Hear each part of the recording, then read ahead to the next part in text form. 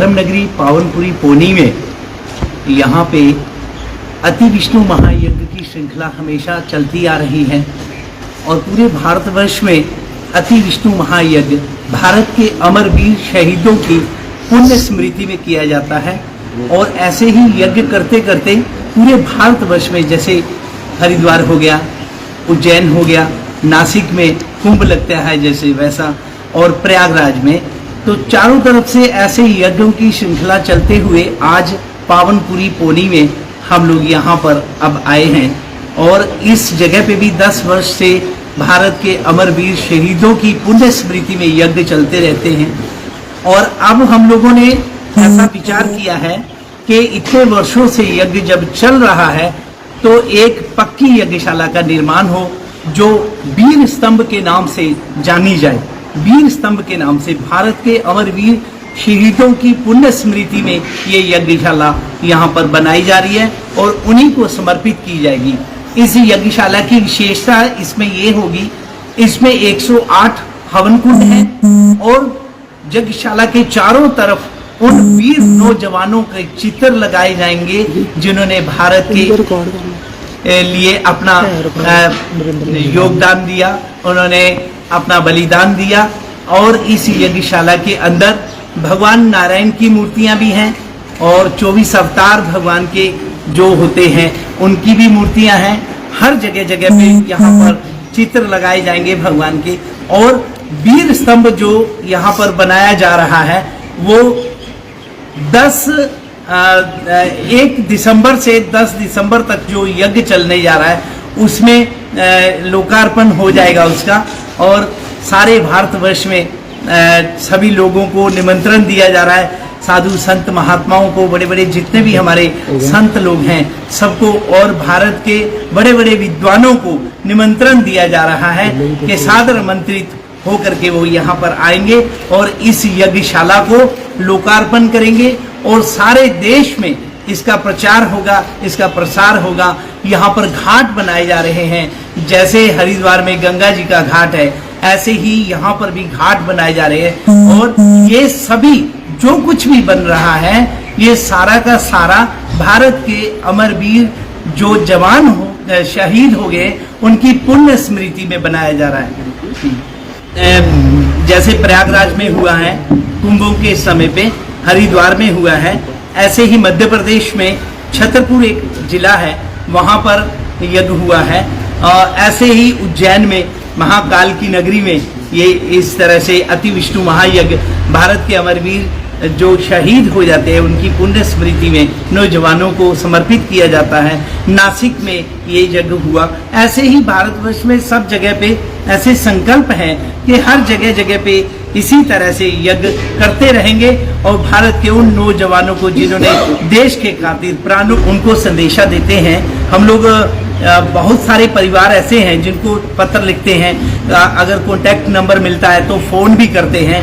तो कई लोग बेचारे भयभीत हैं, डरते भी हैं, आ नहीं पाते हैं, या फिर ऐसा कह सकते हैं कि बहुत ज़्यादा व्यस्तता के कारण सभी लोगों को समय इतना नहीं मिलता है तो इस वजह से भी कम आ पाते हैं। लेकिन हमारी पूरी तैयारी रहती है कि सभी लोग इस यज्ञ में आए और यज्ञ में आकर के उन नौजवानों के लिए जहां हम लोग सारे एकत्रित करते हैं सभी फैमिलियों को, तो सभी लोग यहाँ बैठ करके हवन भी करते हैं। उन्हीं लोगों से हवन भी करवाया जाता है जो उनकी फैमिलियां हैं, उनके परिवार हैं, उनकी माताएं हैं, उनकी पत्नियां हैं, उनकी बहनें हैं, उनके परिवारजनों से हवन भी करवाया जाता है। तो उनको सबको निमंत्रण भी देते हैं, उनके घरों में भी जाते हैं। लेकिन अभी भी हम ये प्रयास जारी है, हम लोग जाते रहते हैं उनको बुलाने के लिए।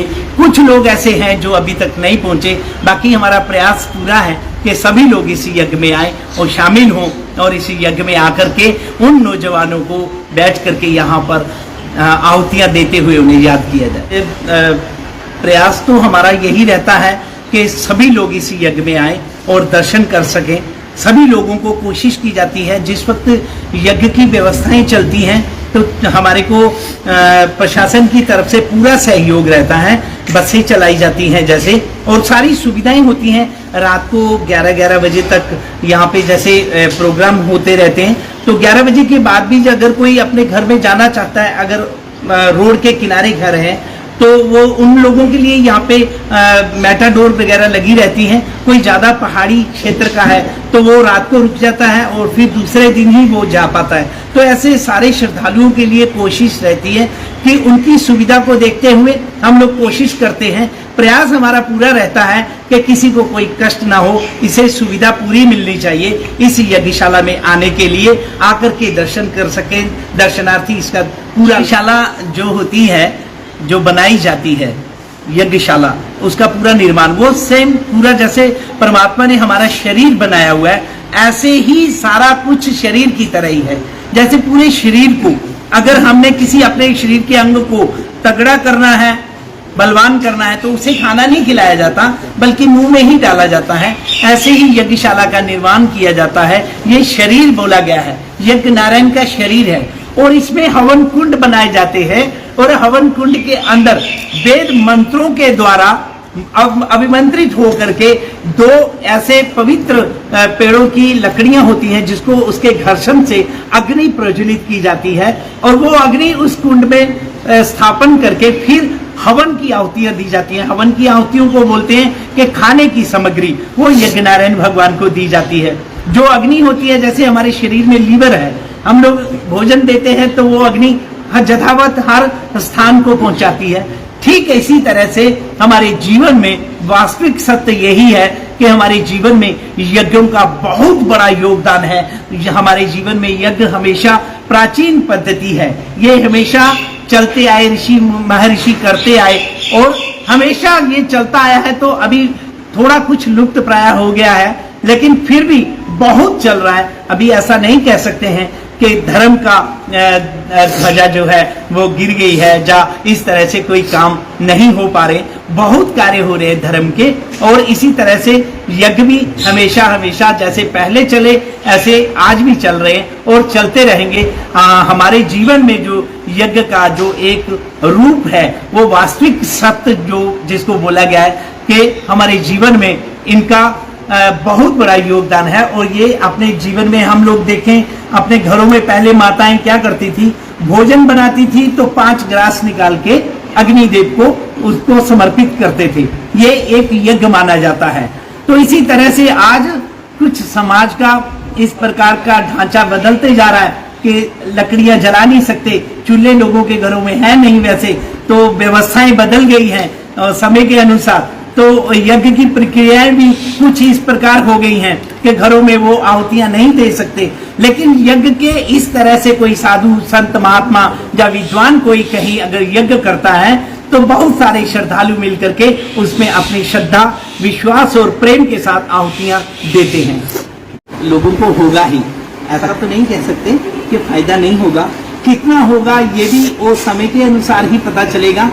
ये जो तीर्थ बनने जा रहा है, जो भारत के अमरवीर शहीदों की पुण्य स्मृति में जो यज्ञशाला इस तरह से समर्पित की जा रही है और वीर स्तंभ के नाम से जानी जाएगी, तो इस जगह पे वास्तव में बहुत ज्यादा कार्य भी और लोगों को मिलेंगे, काम भी बहुत बढ़ेगा और श्रद्धालु भी आते रहेंगे। तो यहाँ पे जितना भी ये क्षेत्र है ये और तरक्की करेगा और बहुत ज्यादा तरक्की हो सकती है, क्योंकि बाहर से जब लोग आएंगे तो वो यहाँ दर्शन भी करेंगे, वो यहाँ पे रहेंगे भी, रुकेंगे भी, तो यहाँ के लोगों का तो फायदा होगा ही।